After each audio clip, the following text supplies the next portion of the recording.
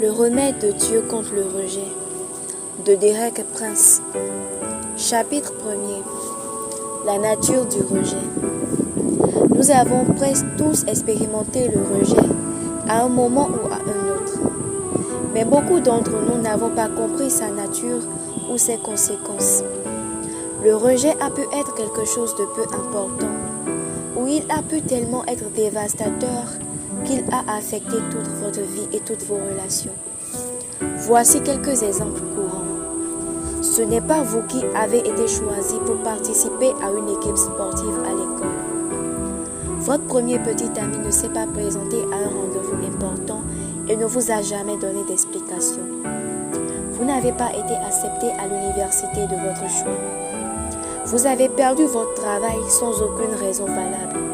On vous a dit que vous étiez licencié pour raisons économiques et restructuration d'entreprise.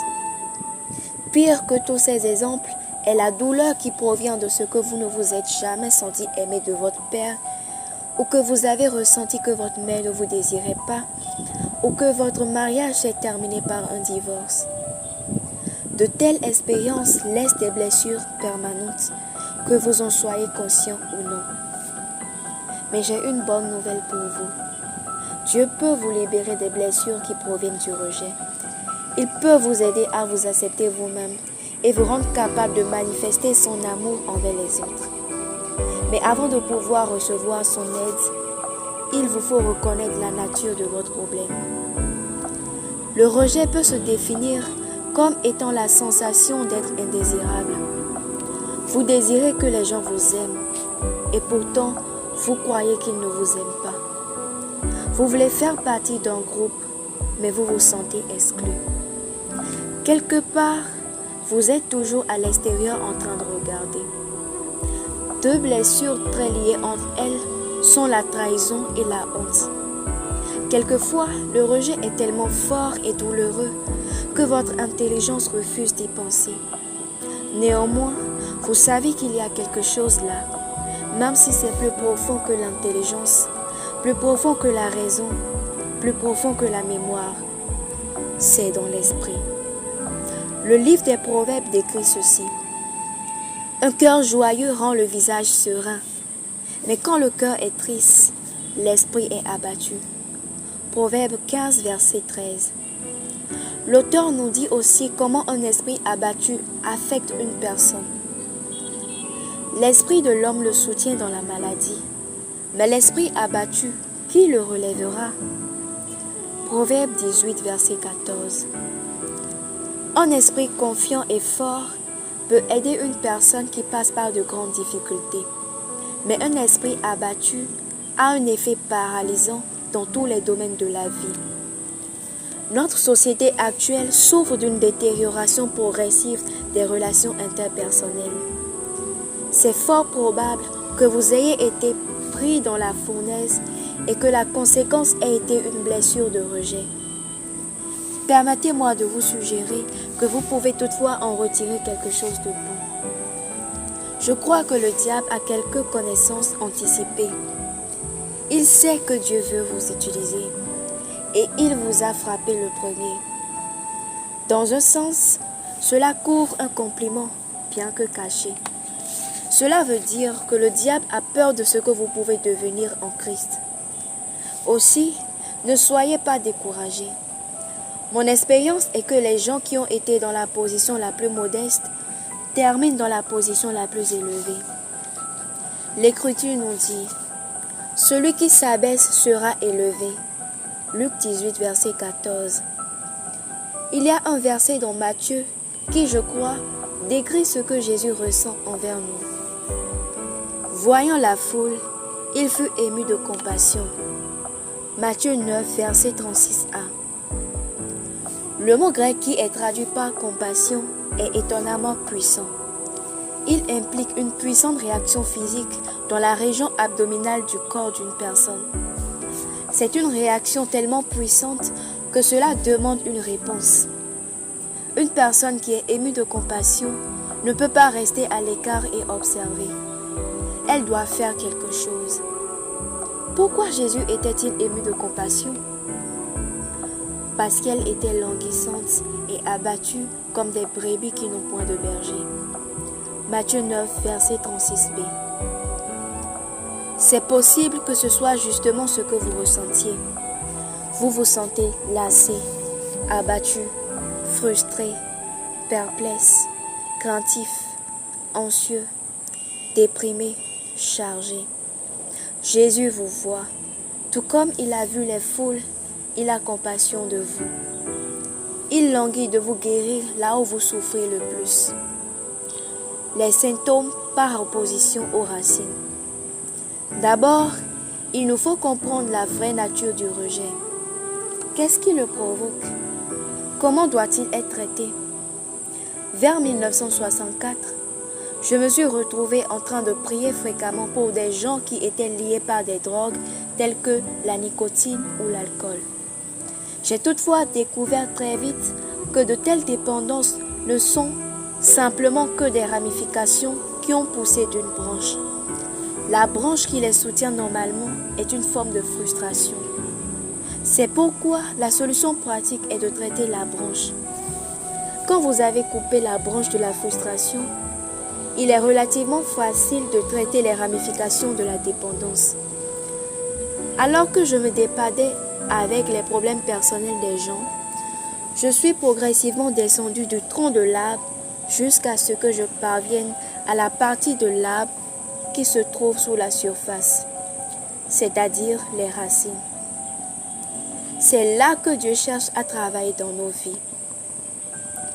Déjà, la cognée est mise à la racine des arbres.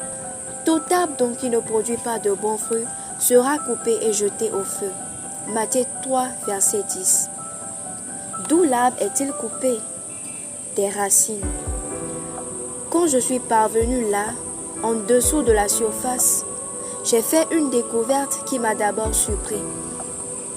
L'une des racines communes à tous les problèmes personnels est le rejet. Je suis parvenu à cette conclusion non pas en tant que sociologue ou psychologue, mais en tant que prédicateur. N'avez-vous jamais vu un petit enfant dans les bras de son père? Une de ses mains est agrippée au revers de sa veste, tandis que sa tête est pressée contre sa poitrine. Il se peut qu'il y ait des pressions et des tensions tout autour, mais l'enfant n'est pas menacé. Son visage exprime une sécurité totale. Il est là, à sa place, dans les bras de papa. Dieu a conçu la nature humaine de telle sorte que chaque bébé né dans ce monde ait soif d'une telle sécurité.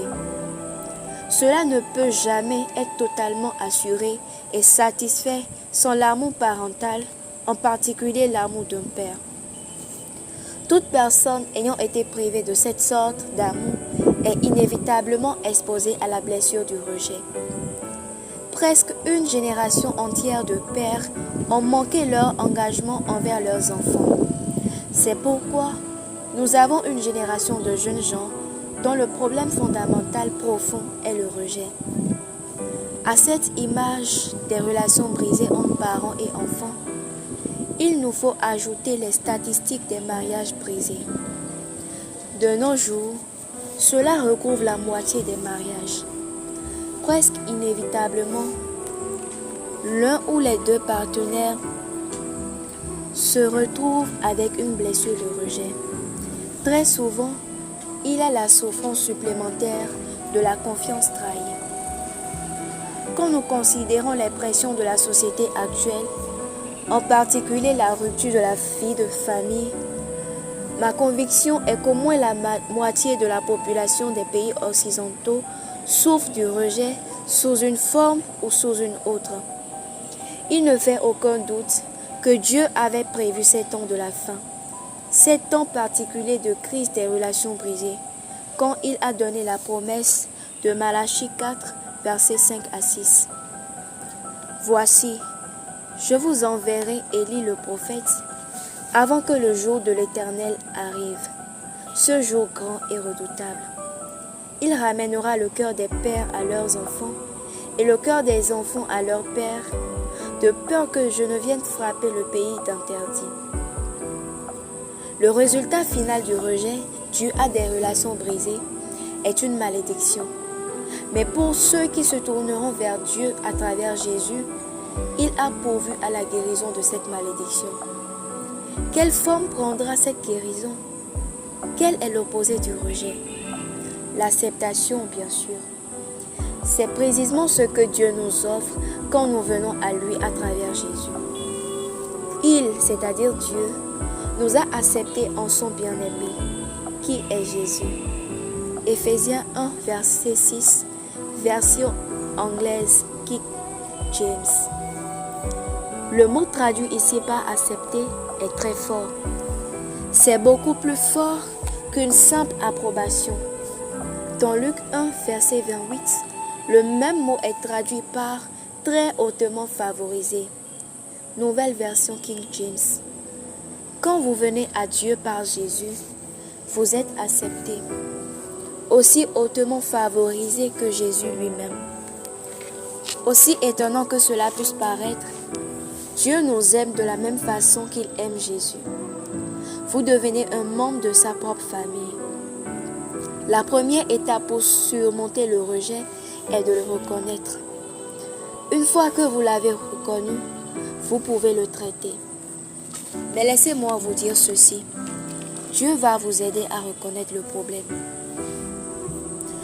Pendant la Deuxième Guerre mondiale, alors que j'étais en service comme aide médicale dans le désert d'Afrique du Nord, je travaillais avec un homme qui était plutôt un brillant médecin.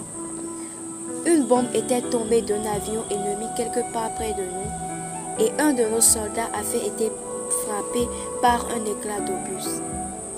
Il était venu dans le centre d'accueil avec une petite marque de piqûre noire sur l'épaule. Comme j'étais très prévenant et que j'essayais d'aider et de faire la bonne chose, j'ai dit au docteur, « Voulez-vous un pansement ?» Et le docteur m'a répondu, « Non, apportez-moi la sonde. » Aussi je lui tendis le petit bâton argenté et il le mit dans la blessure et l'actionna tout autour. Rien ne se passa pendant quelque temps. Puis la sonde heurta le petit éclat d'obus à l'intérieur et le patient laissa échapper un cri. Le docteur sut qu'il avait trouvé le problème. Je lui dis alors, « Voulez-vous que je vous prépare le pansement ?» Il me répondit, « Non, apportez-moi le forceps. » Il prit le forceps et enleva l'éclat d'obus. « Maintenant, me dit-il, donnez-moi le pansement. » Vous pouvez mettre une sorte de pont religieux sur une blessure qui ne peut pas guérir parce qu'il y a à l'intérieur quelque chose qui l'a fait suppurer. Mais si vous ouvrez votre cœur au Saint-Esprit, il révélera la source du problème. Si la sonde du Saint-Esprit touche un éclat d'obus, criez si vous voulez, mais ne résistez pas. Demandez-lui d'utiliser son forceps pour enlever le problème. Alors Dieu pourra appliquer quelque chose qui va vraiment le guérir. À mesure que vous poursuivez votre lecture, vous verrez comment vous pouvez passer du rejet à l'acceptation tout en traitant les problèmes de la trahison et de la honte en chemin. Puis, dans le dernier chapitre, je vous montrerai comment laisser le divin amour de Dieu couler à travers vous pour atteindre les autres. J'ai eu affaire à beaucoup de gens qui ont reconnu et surmonté avec succès les blessures du rejet. Vous pouvez être l'un d'eux.